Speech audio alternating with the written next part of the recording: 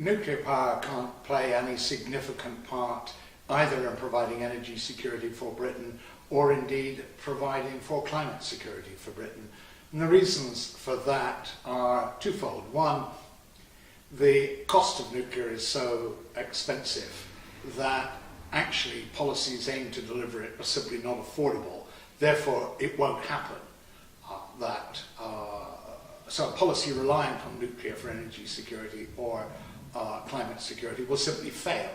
And that's a message that some of us have been putting to the Prime Minister in recent months.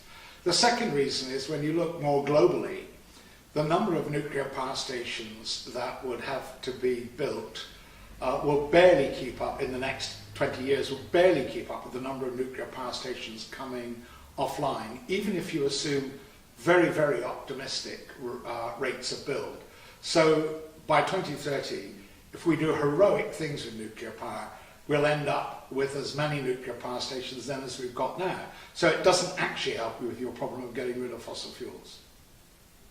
The two things I think that people are really concerned about with nuclear power, other than the economics and the fact that the nuclear policies aren't deliverable, are the proliferation risk, the risk that you can't really make atoms work for peace without making them available for war, and the fact that there is no yet really technically reliable and economically deliverable way of dealing with the waste. And until one has discovered how one is going to deal with waste that will live for literally millions of years, then you really shouldn't go ahead adding to that pile of waste.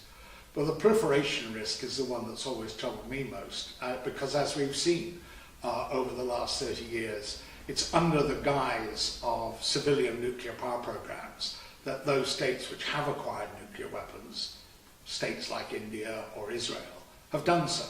And the only way you're really going to be able to control proliferation is to take off the nuclear umbrella under which the bomb makers hide.